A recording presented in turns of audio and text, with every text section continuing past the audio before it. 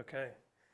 Our nameless podcast starts Nameless again. podcast. And I think Aiden has a really cool subject for us to discuss today. He just told me about it maybe 5 minutes ago, and I think it's going to be an interesting topic. I think you guys will like it. So introduce us. What's going on? What are we talking about today? Yeah, so Monday through Wednesday, today is the March 6th. almost this guy's birthday coming up here soon. Coming up soon. I was able to ship a wind turbine or be a part of a wind turbine shipping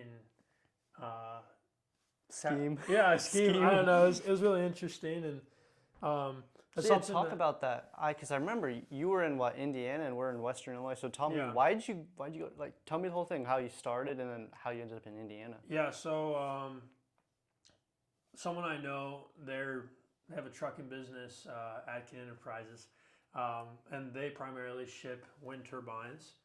That's their specialty. It is extremely dangerous, I must say. It's a high-risk job being on the road, dealing with people who are idiot drivers. You're also working with, for example, the base weighs between 100 and 600 tons. Pretty fucking heavy. Excuse my language on that one, but it's insane. You need to have specialized equipment, such as a double snob trailer to haul said parts, and then Real quick, can you explain what's a double snob trailer? yeah, of course. So I'm gonna need to put a picture in there to really get you to get an idea of what it is. But I'm doing my best to describe it. So if you can get an idea of a semi with a trailer, you have the semi truck, or an 18-wheeler, as they call, which means that the front, the cab, has 18 wheels. And then the back of that trailer usually has 4 wheels. But for this specific trailer, it has your 18-wheeler, an additional 8 wheels, another 8 wheels on a turning axle with a secondary turning axle. So you have almost 16 wheels in the back of this trailer. The reason they call it a double snob is the tower is placed in between the back 16 wheels and the front 8 wheels. And it's mounted almost like this. The tower would be like floating in between. So I'm assuming, coming from an engineering background, this is so you can actually turn. Yeah. Because if you were just having the flat, like a traditional flatbed, you wouldn't be able to turn. No. I wrote down some things here for the podcast on just some of the blade lengths. For example, a blade length is between 150 and 260 feet. Your average car is probably around 15 to 20 feet. If that. If that. Probably we're talking like 15. a pickup truck being around 20 feet long max. So imagine that. Imagine having to turn with all this. I drive lawn care trailers and dump trailers around, and those are an additional 14 feet that you have to work with. And it's not a walk in the park. I mean, you get used to it after a while, but this is some serious stuff. And then the tower sections weigh between 60 to 100 tons. Like I mentioned, I think I over-exaggerated saying 600 tons or something stupid, but 60 heavy, to 100 very tons. heavy. Very heavy. Very heavy. That's the point we're driving It's here. insane. And then, I don't know. So something I guess I was looking at while I was on the job site, I guess I'll give you some perspective. We left Macomb, that's where we're based out of, around 10:30. And we drove, a.m. And we got to the semi, which already had the piece that was shipped over from, where's Adam live? Oh, Kansas City. Kansas City. They have the biggest manufacturing and probably the largest wind turbine plant there in all of the United States. Like in the entire U.S.? Wow. Yeah, so the majority of all the parts come from this. And they're also shipped in sometimes, depending on, obviously, if you have sea access or ports, it's almost cheaper to get this shipped in via shipyards and such. But for semi-shipping, the majority of it is based in Kansas City area. And that was hauled over to McLean, Illinois. Yeah. Is where we were based. Mhm. That's where the semi was. It's pretty much right in the, for Mhm. geographical reference, like smack dab in the middle of the Yeah. state. So the first haul was getting to the semi truck, which already had the blade. In order for the semi driver to drive, they need a pull car, a steerman, and for some states they require 3 pilot drivers or escort vehicles. Like one and behind, Yeah, something like so that. the One pull front, two car behind. goes first, and they have a pole that spans 20 to 30 feet high, and that's so they drive about a mile, mile and a half ahead of the convoy, and that pole will hit a bridge or a wire, and they're able to radio back saying you can't come this way. There's something wrong with the height. The trailer will scrape, and you can have some really, really big, expensive, and deadly mistakes. The story I was told was someone smashed into a bridge in Kansas, and I mean you're looking at 10-20 million dollars of repair for that, and there's a very high likelihood that that person died. You know, that's Severe injuries at best. yeah. Anyway, the pilot driver goes first. The steerman, who I was with, his name is Justice. He's able to turn the back axles of that trailer from a remote in the truck. He's also the eyes for the semi driver, giving them an idea of how much room do we have to the left or the right. He merges into the lane. If the trucker is trying to get into the left lane, the steerman merges first to stop any traffic from coming, so he has ample space to turn into said lane or whatever. Another issue that we ran into, I guess real quick before I jump aboard, and then we had an additional pilot driver who gives space for the steerman. That's not always required. 2 pilot drivers for Illinois is a mandatory thing, and then 3 for Indiana. When we got to Indiana, we were also given a police escort, which was pretty great. That's So sweet. we had 2 cops. One would drive ahead, block an intersection. The second one would stop traffic back, and then they would flip-flop the whole entire ride that we got there. I really enjoyed that. That was cool. You know, I feel like royalty on the road. But the thing that I was going to say that we have a second problem with is going over railroad tracks. This tower has hydraulic pistons on the front and the back side of it, if you will, with 4 locking pins on either side. So we're able to raise the trailer and lower the trailer accordingly due to bridges. Or if you think, it's really difficult to get a picture of it, but a little hill becomes really difficult for the trailer to stay level.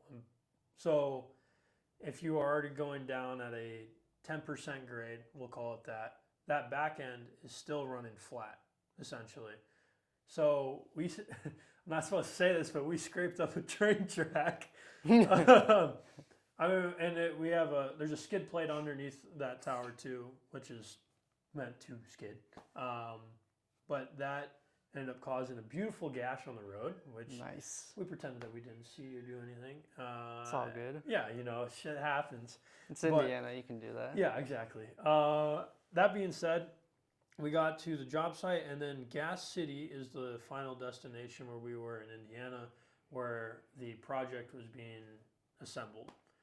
We arrived second, and then we went to the hotel, slept, got up early the next day, 5 in the morning, had breakfast around 6, made it over to the job site, sat in the truck from 6 to 12, and didn't do anything because we're waiting for the assembly crew, which is crane operators. There are 2 crane operators. There is project managers that need to go over there, as well as all the things that come and fall in between. A grader, forklift, skid steer, all the things that come along with that job site. Those people obviously are the first ones there, and they need to get things prepped for the trucks and semis to come in. And we are restricted to work in bad weather. So heavy rain, snow, ice, those things you can't mess around with 100 tons.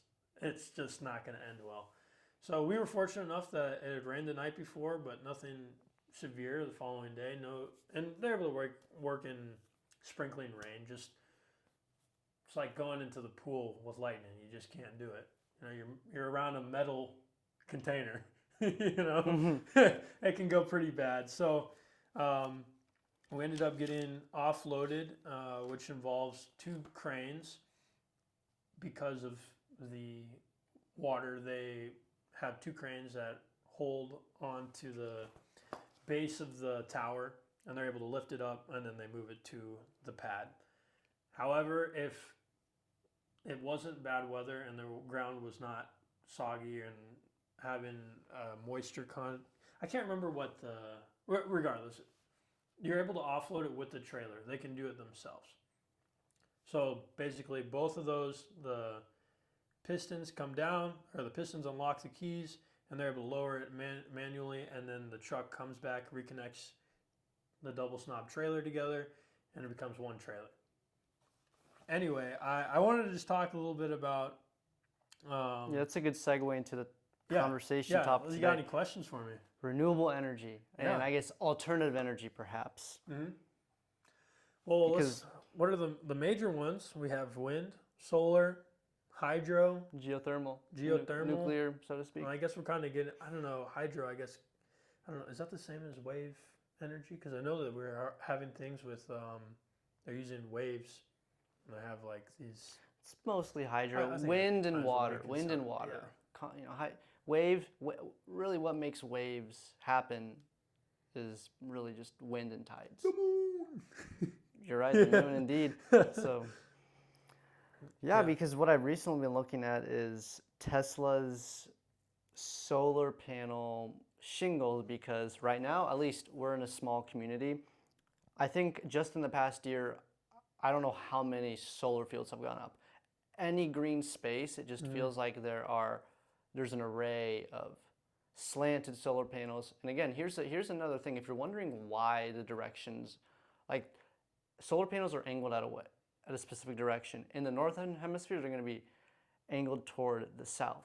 Why? Because that's where the sun is. So we're trying to maximize how much solar input we get to create the most electricity.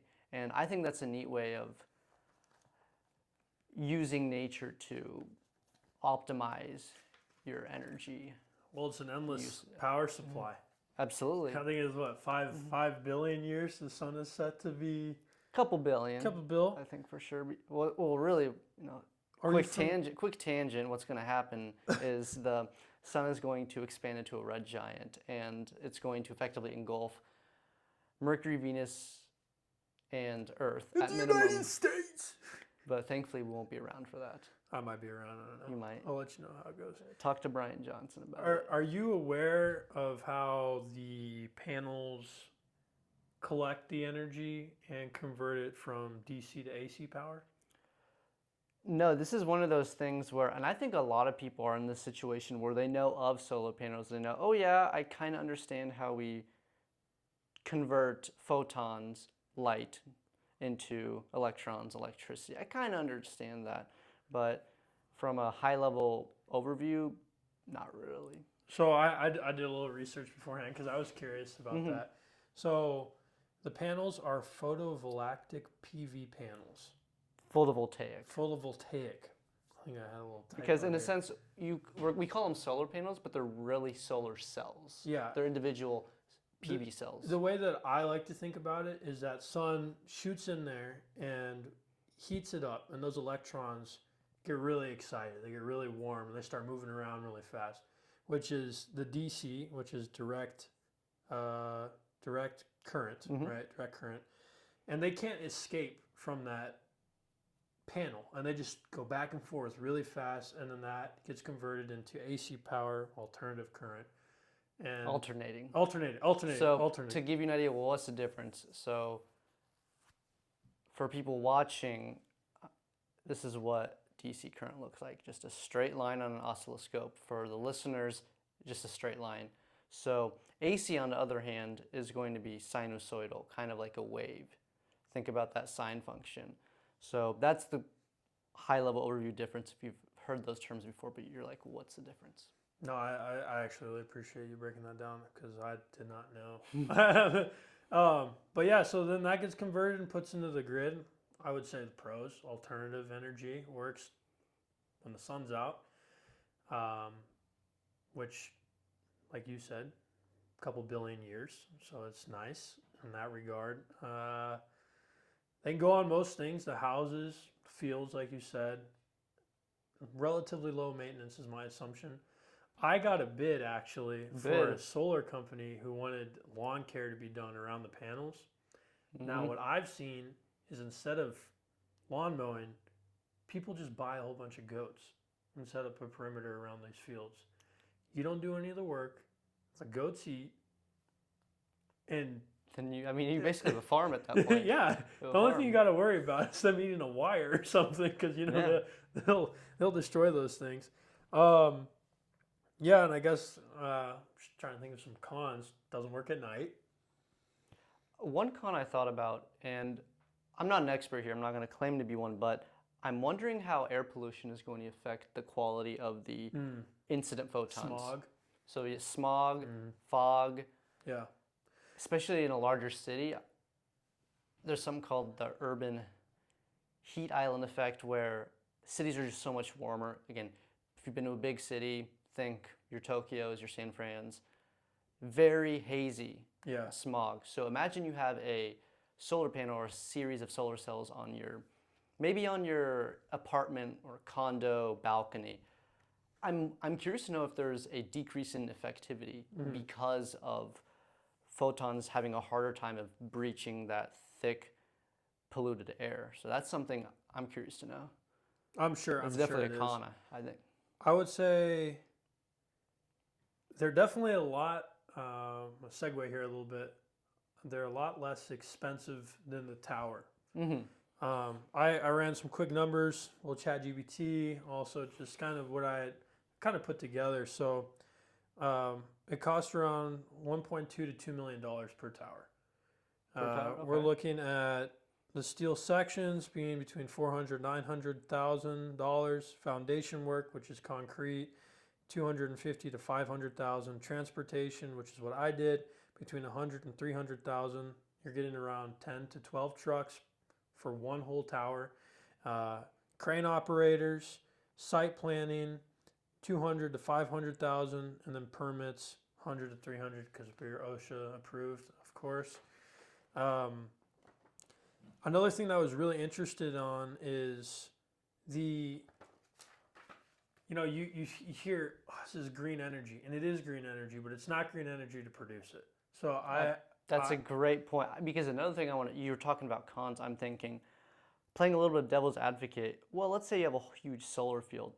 That's taking away a lot of green space. Yeah, a lot of green space, a lot of even a tower, quality land. I will say, wind turbines do not actually kill as many birds as you think. That's bogus. That is a myth. But still, for sure. the entire area is almost compromised in a sense. Yeah. I think, here's what I wrote down for that. For the steel sections, it's a 1.8 tons of CO2 per 1 ton of steel. So I did a quick little 150 tons of steel times 1.8 would be 270 tons of carbon monoxide, carbon dioxide. Carbon dioxide, carbon CO2 emission. Yeah, that's crazy. put off. And then I did for concrete because got that too. It's 0.12 by 1,200 tons, 144 tons again for that. The blade. So the blades are made out of a variety of things, honestly. Are they composite? Yeah, they're composite. Okay. They can also be made out of, well, actually, it probably is composite. I've seen a carbon fiber blade. I don't think that it was legit. I'm not sure. I was about to say, I played around with carbon fiber. I've seen a company who made a blade out of carbon fiber. Very expensive. Stanley knows a lot about carbon fiber. You want to go composites are excellent because of their high strength, and especially for aerodynamic and hydrodynamic applications, excellent strength to weight ratios. Very strong, very light. Problem is they're very brittle, and essentially if they get damaged, you just have to replace it. It's hard. You can do traditional patch repairs on, say, a carbon fiber wing if you're dealing with aircraft, but it's just better to outright replace. As opposed to, say, aluminum or steel, you can absolutely do repairs. So, and I forgot to mention, expensive, very expensive. So I believe that the majority of these blades are made out of fiberglass. Okay, that was going to be my second guess. Still, they're in the situation where if they get hit or broken bad enough, the whole thing needs to go. I mean, you can't put a Band-Aid on it. And these are also moving at pretty quick speeds depending on the wind. Just to hop back to the emissions, to get it shipped there, you're looking at 10 to 30 tons of emissions for the shipping cost alone. Installation, 10 to 20 tons. And then you're looking for a total tower assembly from the shipping, manufacturing, between 450 and 600 tons. Carbon. Wow, that's a lot of CO2. That is a lot. Now that obviously gets off-put, but I mean that's going to be an investment. It's going to be after X amount of years. I'm not sure how long that would probably take. They have I think the proper term is 1 MW, 1 million watts. There's a 3 million megawatts. There's a 3 megawatt tower, and then you can get up to 5, but those are offshore towers only, because there's no obstacles. And, and you're dealing with crazy wind. But yeah, I mean, I thought it was a really interesting thing. I was really happy to get that experience and to take a look at all that. It was definitely something I'm never going to forget. I have lots of videos and documentation on that. I don't think that it's for me. The whole trucking thing is kind of boring. I'm someone who really likes to be on my feet doing something. I was doing pull-ups inside of the base of the turbine, though. That's a story. That's pretty cool. Yeah, I have pictures of inside there. It's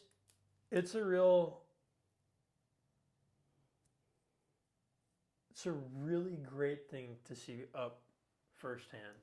You don't get an idea of how big everything is, and I think that's you're absolutely right, because it's so easy when you're driving by. I mean, I drive on the interstate when I would go to school, I'd see wind turbines everywhere, and they almost seem like toys. You know what I mean? Like when you're just in a little car, you're driving by, you're going 70, 80 miles an hour, doesn't seem as big, but when you get up close, you're like, oh, that's kind of big. It's a lot different than. And just for anyone who does see this video and makes it to the end, please, if you see an oversized load, regardless of what it is, wind turbine, equipment, please don't drive like a jackass. I mean, these people they have families, they have lives, they're just doing their job, and it's really dangerous when you're dealing with all this additional weight.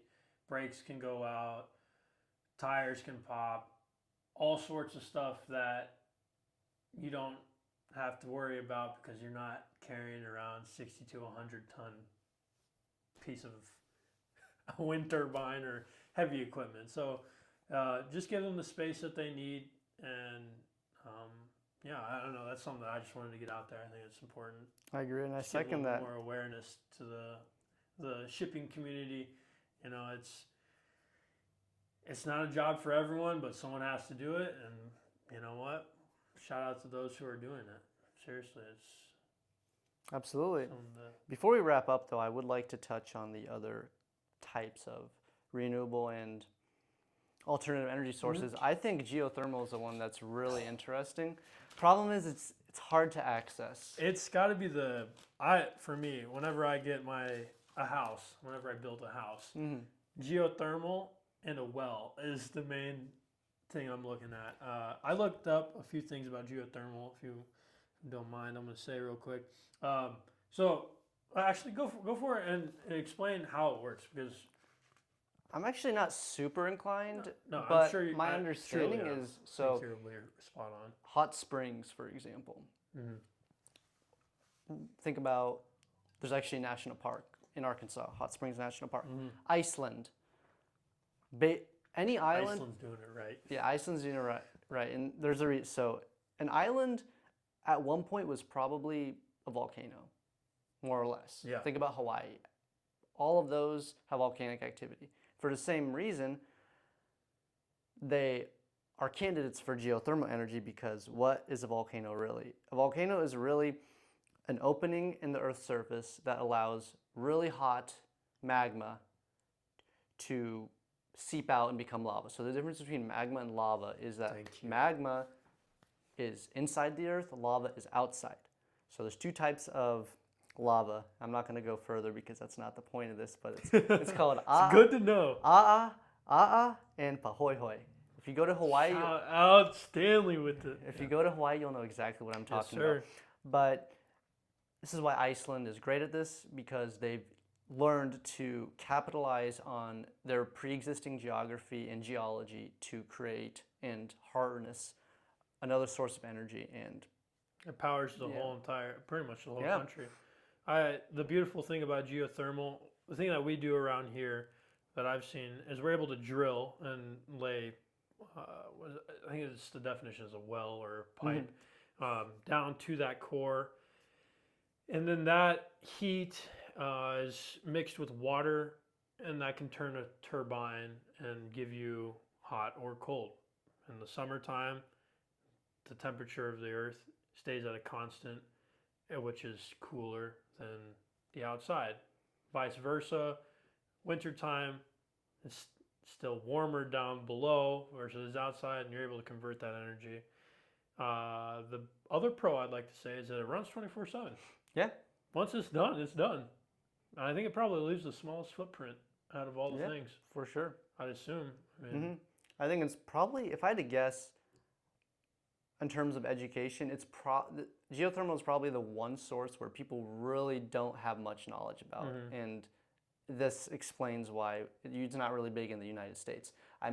If you go to a Scandinavian, Nordic country, or even Iceland, of course, is our example here. It's everywhere. Yeah. Well, Powers our entire country. I'd like to see a switch. I wrote down our fuel or the energy that we have here in the United States. 60% is fossil fuel, 30% is non-renewables, and that last 10% is nuclear power, which I'd love to see more innovation in. It's very controversial. Chernobyl. What's the one in Japan? Yeah, there was a. I'm losing the freaking name. I'm losing it too, but it was a. Shout out the tsunami. Yeah, the tsunami caused effectively. I mean, think Meltdown. about historically, we have 3 Mile Island, and I believe it was Pennsylvania. So even the U.S. has its own controversy with nuclear energy. Sure. I think I'm no engineer, obviously. I don't know anything about the whole shenanigans, but building it inside its grave, I think would be a great thing. But yeah, I don't know. That will probably be enough for today and wrapping it up. But yeah. So I think we'll let you know what we think when we do some more research, and I think this is worth another conversation. Yeah. All righty.